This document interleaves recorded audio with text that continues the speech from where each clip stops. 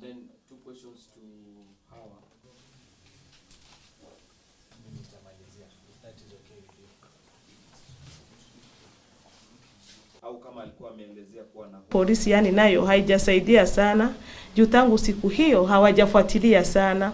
Unaenda wanakuambia umepiga ripoti, ndio tunawaonesha kuna CCTV inatuface, kuna hospitali fulani tunafesiana geti yetu na wao, na huwa tunaziona zinatuangalia. Wakawa wanatuambia tutakuja kuangalia.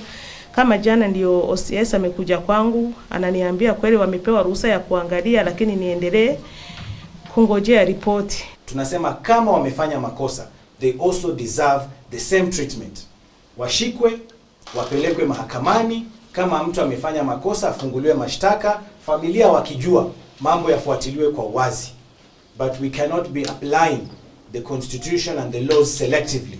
Wengine wanafikishwa mahakamani, wengine wanapotezwa, hawajulikani kwenye wako. We can't allow the return of enforced disappearances in Kenya.